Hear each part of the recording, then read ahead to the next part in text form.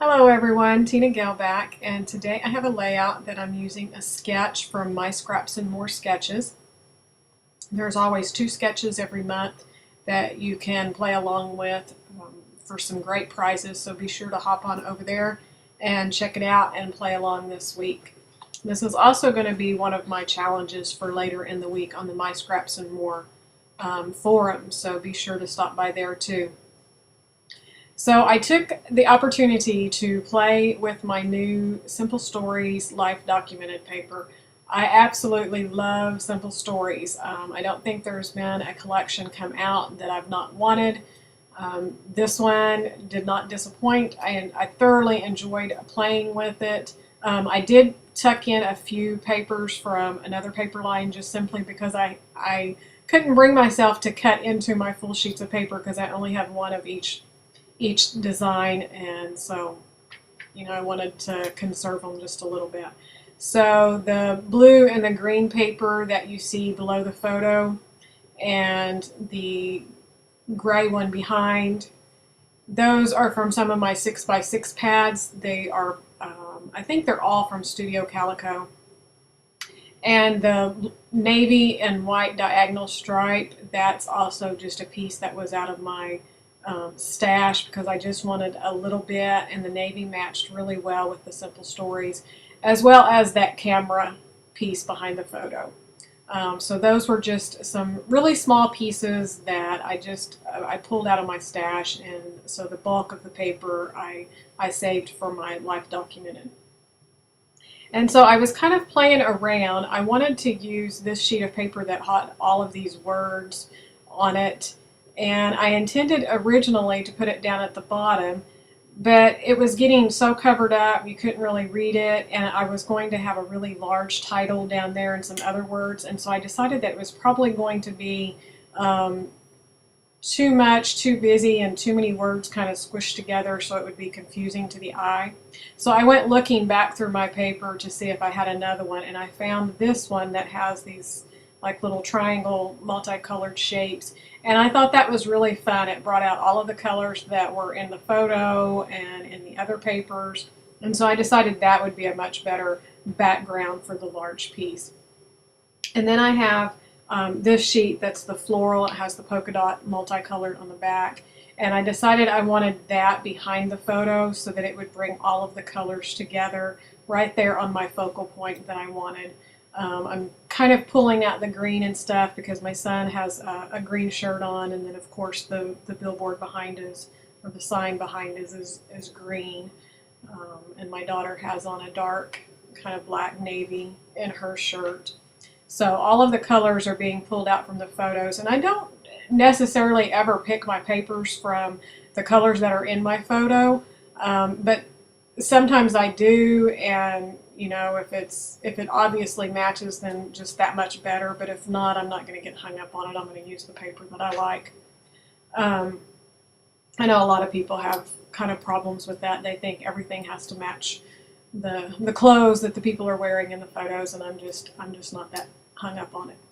Okay, so this back piece in the sketch, it showed that it had kind of this file tab, and so I decided to pull out my envelope board, and if you didn't know, you can make the little file folder tabs with it just by where you're punching it.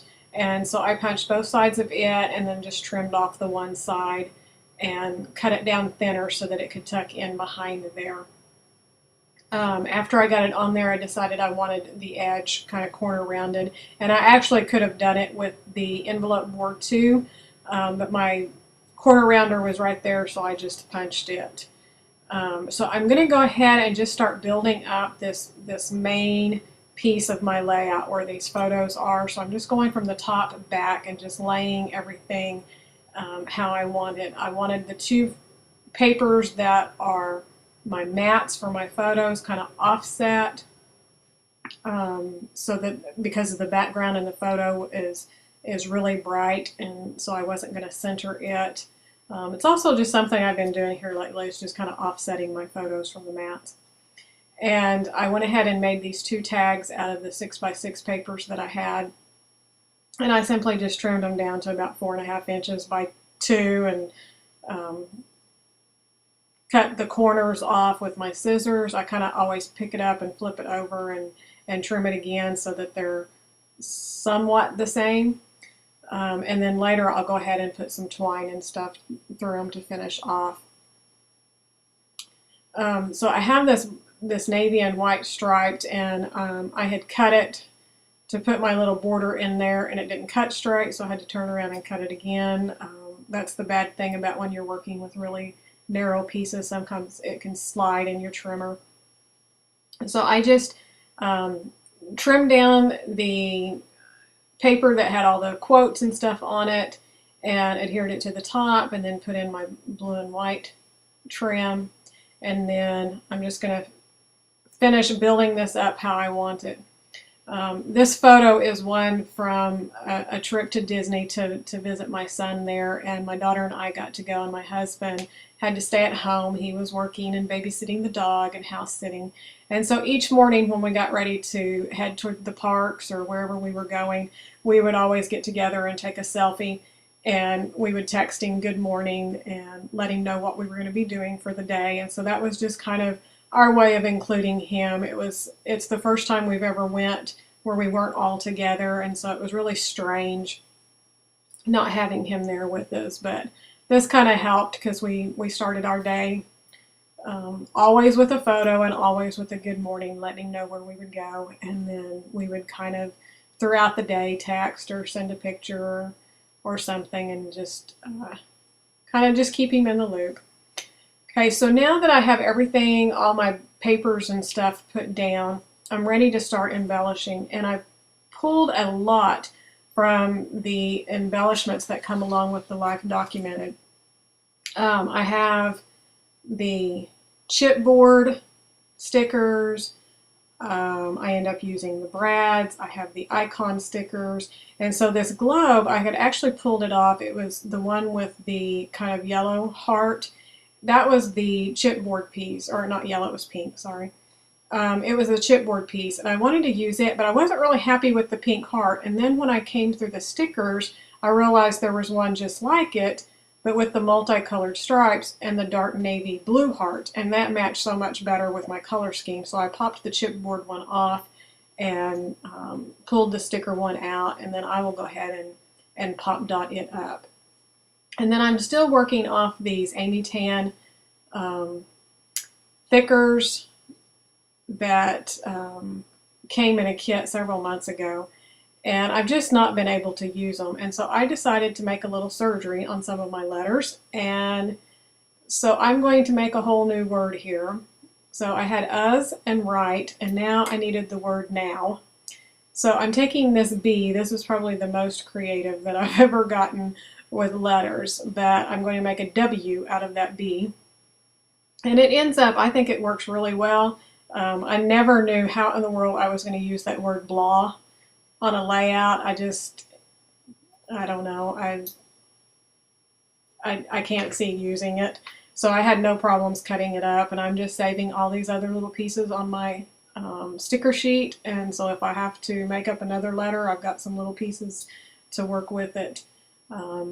But I just went ahead, the O came just the way it was, but I made the N and the W so that I could have my title as right now.